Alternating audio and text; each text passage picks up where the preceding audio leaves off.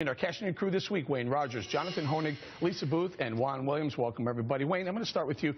Can we do more to protect soft targets, and should we be doing more? Yes. You got to identify the enemy. We know who the enemy is. I mean, in general, we do. Ideologically, we know who the enemy is. But in order to get to soft targets that are specific, and you got to be specific here. I don't think you can just, blanketly, ideologically say that these are bad people. Let's shoot all the bad people. You got to identify them. And we need better intel to do that, better intelligence. We've got to get inside of these things. Yeah. Lisa, late this week, we were at a high school in New York, upstate New York, Pine Bush High School, where they were told to recite the Pledge of Allegiance in Arabic. Maybe that's causing some of the problems here. Well, I absolutely think that's part of the problem. And look, lone wolf attacks are difficult to prevent, but given the amount of threats that have been made, given the thousands of Westerners that have chosen to join the ranks of ISIS, we need to be more vigilant than ever in preventing terrorism both domestically and abroad. But it isn't just these lone wolf attackers that we need to be worried about. The fight is abroad, and what we need is more commitment, a stronger commitment and a stronger resolve from President Obama to rooting out ISIS from their strongholds in the Middle East to North Africa, because the reality is the more ground that they gain, the more barbaric acts they commit, the more they're going to inspire these lone wolf actors across the world.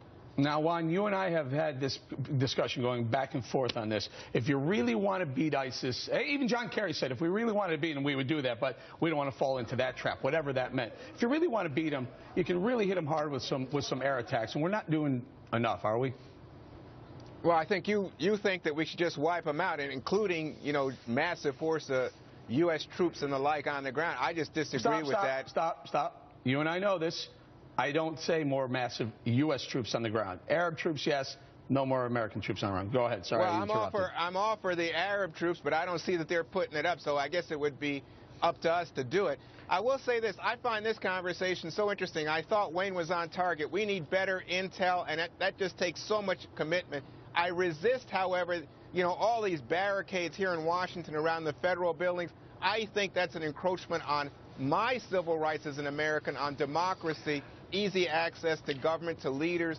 I just worry. President Bush said we should go shopping after the 9/11. People mocked him, but he was right. We should be defiant and not be intimidated by these. John, it's hard not to be intimidated because militant Islam is getting more brazen, is getting stronger. I mean, Eric, to your point, I mean, they're hitting shopping malls now. They're hitting sporting events. They're cutting Americans' heads off and declaring war.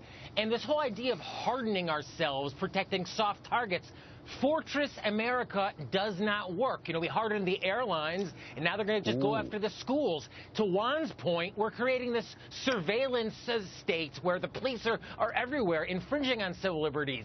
So, we didn't win World War II by patting down Germans coming from Frankfurt at the airport. We won it by decisive force. A good offense is your best offense. Go ahead. You agree with him? Well, no, in the following sense. If you're not specific, if you don't know who the enemy is, you can't fight him. Ideologically, yes, we can say all these things, we can do all of these things, but if you don't specify who that is and go after them and wipe them out, that's what you've got to do. What about Raqqa? What about Raqqa? I mean, Raqqa is the headquarters, is the base for the Islamic State. Why don't we take out, 10, 15 blocks and say, unless you stop, there's more of this to come? Ron, and that's the point we've been trying to make. Hold on, Lisa. What about Raqqa? What about some of the training facilities? We have very good intel that shows us exactly where they are. We know where their headquarters are. We know where they train people. We know where they teach people. Why not wipe those out? We do. We make efforts, but I must say, again, if you're talking about wipe them out, it's not just the training, but, of course, their tremendous use of social media, and that's why I say the intelligence and the capacity to anticipate, to know. It takes a lot of effort, not always visible, but, don't forget, since 9/11, we've only had these lone wolves. The reality is that what we're facing is a lack of leadership. And the problem is President Obama is going to have a difficult time building the coalitions that we need to build when he has not been a leader on the world stage. That is the problem that we're facing. And no matter what anyone wants to admit, the fact of the matter is our airstrikes aren't working, sanctions aren't working, and the fact of the matter is that ISIS is gaining ground in the Middle East, North Africa, and they now have, they're now have a presence in over a dozen countries. We don't need a coalition. We just need cojones. I mean, this whole idea of we just need to degrade, not destroy the enemy. The whole purpose of winning a war is to end the war and to win it. So, you know, we just keep playing this out because we can't actually crush the enemy. We placate it at every turn. It could be that this is not a war that you can win in the military terms because of the ideological force of these madmen. Well, how about we try? Maybe we try. What about Shintoism in World War II? I want to bring Wayne in. Go ahead, jump in. Jonathan, you've got to identify them if you're going to hurt them. You can't just say, "Oh, we're just going to go in there and wipe them out and do this in some sort of generalized way." Look, those who identify with militant Islam and the Islamic State. Zip up just a second.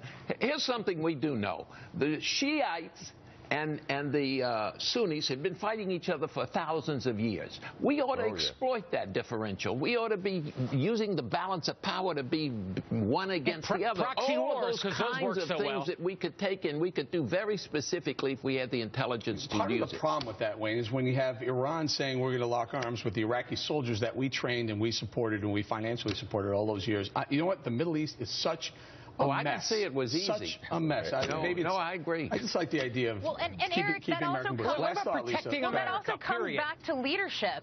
It also comes back to leadership because we have a president who's welcoming our enemies and alienating our friends, and we have a president who refuses to name our enemy, and our enemy is Islamic extremism, and that is what we're facing. We're seeing more and more violence around the world. Let's just pray it doesn't happen right here in American soil. I'm going to leave it right there. Wake Up America.